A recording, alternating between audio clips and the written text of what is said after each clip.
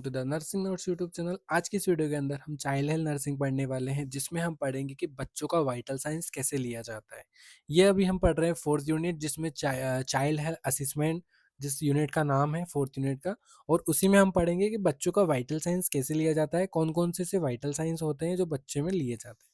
तो चलिए बिना किसी तरीके की वीडियो को स्टार्ट करेंगे। और इससे पहले अगर आप हमारे चैनल पर नए हो तो चैनल को सब्सक्राइब करके बेल आइकन को जरूर दबाएं, ताकि लेटेस्ट वीडियो आपको मिलती रहे। तो वाइटल साइंस जो होते हैं बच्चों के अंदर कौन कौन से, जैसे टेम्परेचर हम कैसे चेक कर सकते हैं, पल्स जिसको हार्ट रेट भी बोलते हैं या हार्ट बीट भी बोल सकते हैं, उसको हम कैसे चेक करते हैं, रेस्पिरेटरी रेट को कैसे चेक कर सकते हैं, ब्लड प्रेशर जैसे बीपी भी बोला जाता है उसको कैसे चेक कर सकते हैं, ऑक्सीजन सेचुरेशन और पेन। फिफ्थ वाइटल साइंस ये होता है, क्योंकि जो न्यूनेटल बच्चा होता है या 2 साल तक का जो बच्चा होता है वो अच्छे से बोल नहीं पाता है, तो उसके अंदर हम फिफ्थ वाइटल साइंस में पेन को रखते हैं। और पेन कैसे चेक किया जा सकता है, कैसे असेसमेंट किया जा सकता है कि बच्चे को पेन हो रहा है और कौन सी जगह पे हो रहा है। ठीक है, तो चलिए स्टार्ट करते हैं। सबसे पहले हम टेम्परेचर की बात करेंगे। नॉर्मल टेम्परेचर क्या होता है, तो जो एज के अकॉर्डिंग हम नॉर्मल टेम्परेचर देखेंगे, तो न्यूबॉर्न जो बेबी होता है उसका 36 डिग्री 5 डिग्री सेल्सियस से 37.5 डिग्री तक होता है न्यूबॉर्न बेबी का। और जो इन्फेंट हो जाते हैं उनके अंदर भी ये सेम ही रहता है।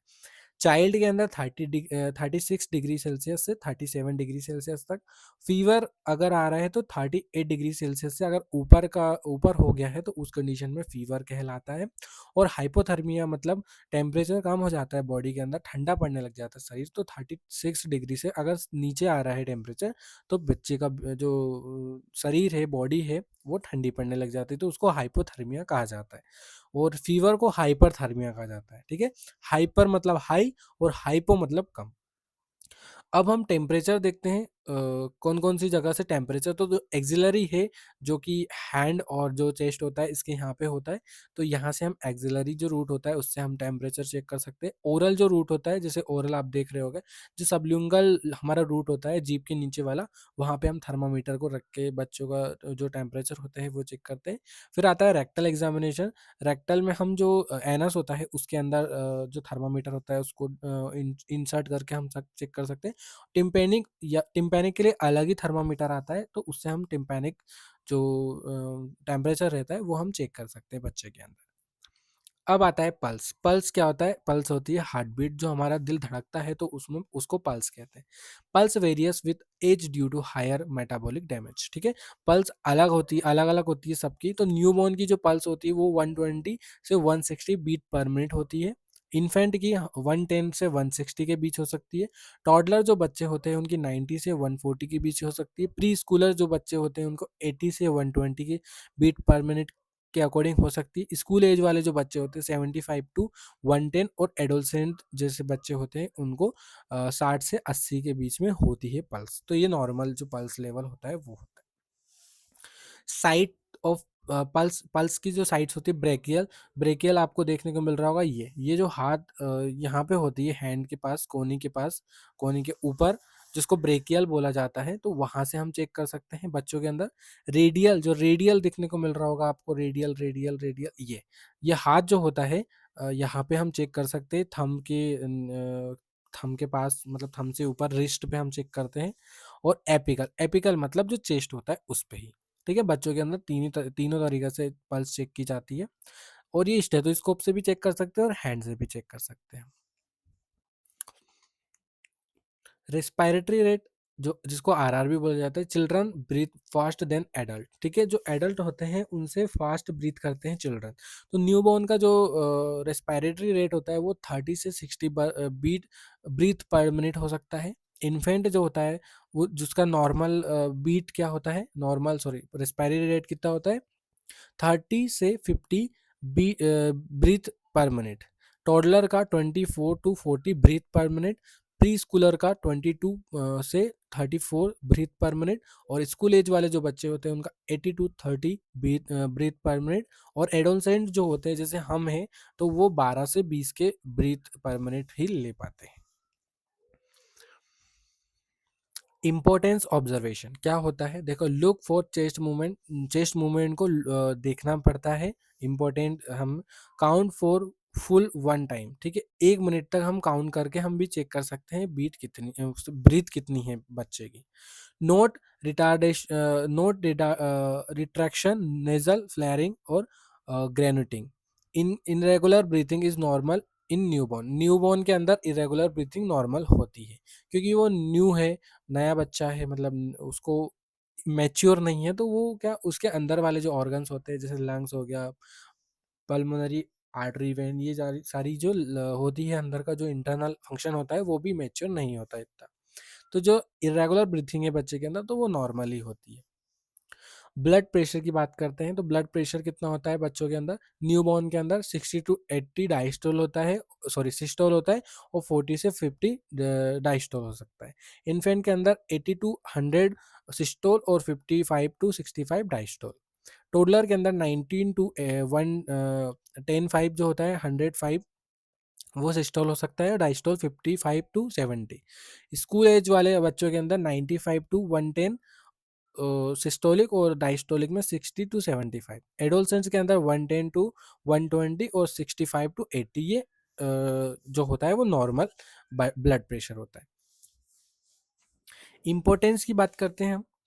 यूज करेक्ट कफ साइट, ठीक है? जो करेक्ट कफ साइट है उसको अच्छे से यूज करना है, जैसे ये जो डॉक्टर है वो कर रहे हैं बच्चे के साथ, जो बच्चे का ब्लड प्रेशर है वो चेक कर रहे हैं। टू स्मॉल कफ, इनके लिए स्मॉल कफ यूज किया जाता है। फॉल्स हाई रीडिंग, ठीक है? High reading. Too large cuff falls low reading, ठीक है? ऐसे हम चेक करते हैं। ऑक्सीजन सेचुरेशन एसपीओ2 नॉर्मल जो होता है वो 95 टू 100 परसेंटेज होता है। माइल्ड हाइपोक्सिया में 90 टू 94, और सीवियर हाइपोक्सिया मतलब ब्लड के अंदर ऑक्सीजन की कमी सीवियर हो जाती है, तो 90% से कम हो जाता है। तो इमीडिएट अटेंशन की ज़रूरत होती है, फिर मतलब तुरंत आपको एक्शन लेना पड़ेगा, नहीं तो बच्चा कोमा में भी जा सकता है। वेयर टू चेक, चेक कैसे करते हैं? तो फिंगर से हम चेक कर सकते हैं। टो जो होता है, टो मतलब जो हमारी पैर की उंगली होती है उसको बोलते हैं। और ईयर लोब, जहाँ वहाँ से भी हम चेक कर सकते हैं ऑक्सीजन सेचुरेशन, और फुट जो होता है उससे भी हम चेक कर सकते हैं oxygen saturation level. Pain fifth vital signs, तो pain assessment tool used in children, ठीक है? पेन असिस्मेंट टूल्स, ठीक है? अब पेन असिस्मेंट टूल कौन कौन से है? तो इन्फेंट के अंदर आता है फ्लैश स्केल, जैसे एफ मतलब होता है फेस, एल मतलब लेग, ए से मतलब एक्टिविटी, सी से मतलब क्राई, और सी से मतलब कौनसो कंसोलाबिलिटी, ठीक है? इससे हम चेक कर सकते हैं पेन असेसमेंट। ओल्ड चिल्ड्रन जो होता है उसके अंदर हम रॉन्ग ब्लैक फेसेस स्केल और न्यूमेरिक पेन रेटिंग स्केल से हम चेक कर सकते हैं जो इन्फेंट होता है, सॉरी ओल्ड एज का जो बच्चा होता है उसके अंदर।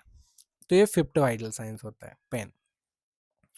General observation during vital check, general observation क्या क्या हम चेक रखते हैं?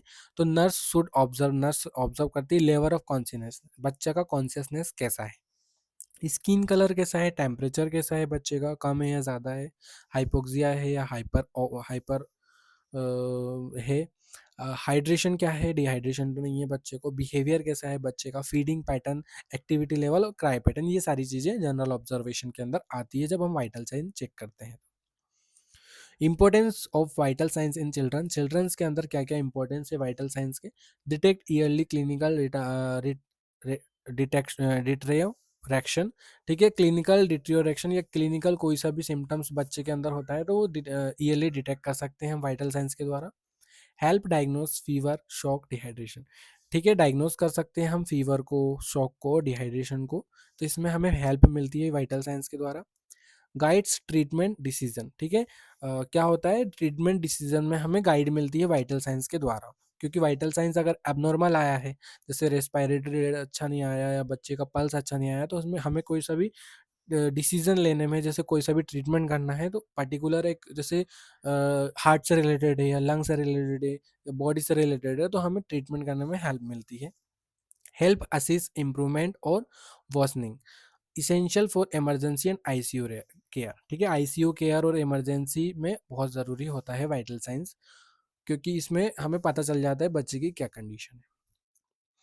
फिर आता है हमारा रोल ऑफ नर्स, अभी हमने वो देखा, लेकिन वापस से हम देख लेते हैं। Obtain accurate reading accurate reading हमें नर्स जो होती है वो ले लेती है। यूज़ एज अप्रोप्रिएट इक्विपमेंट, ठीक है, जो नर्स होती है, नर्स का काम होता है कि अप्रोप्रिएट इक्विपमेंट्स यूज़ करें एज के according. Interpret values correctly.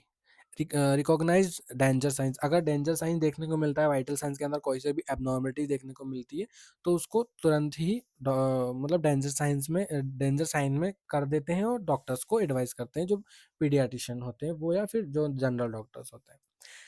Report abnormalities immediately, कोई सा भी डेंजर साइन देखने को मिलता है तो रिपोर्ट करना है तुरंत डॉक्टर्स को। डॉक्यूमेंट प्रॉपर्ली डॉक्यूमेंटेशन करते रहना है, और एजुकेट पेरेंट को भी एजुकेट करते रहना है बच्चे के बारे में या बच्चे की फीडिंग्स के बारे में। ये सारी चीज़ें नर्स का काम होता है। थैंक यू गाइज, अगर आपको वीडियो अच्छी लगी हो तो वीडियो को लाइक करके चैनल को सब्सक्राइब जरूर करें और बेल आइकन को जरूर दबाएं, ताकि ऐसे ही वीडियो आपको आगे भी मिलती रहे। Thank you.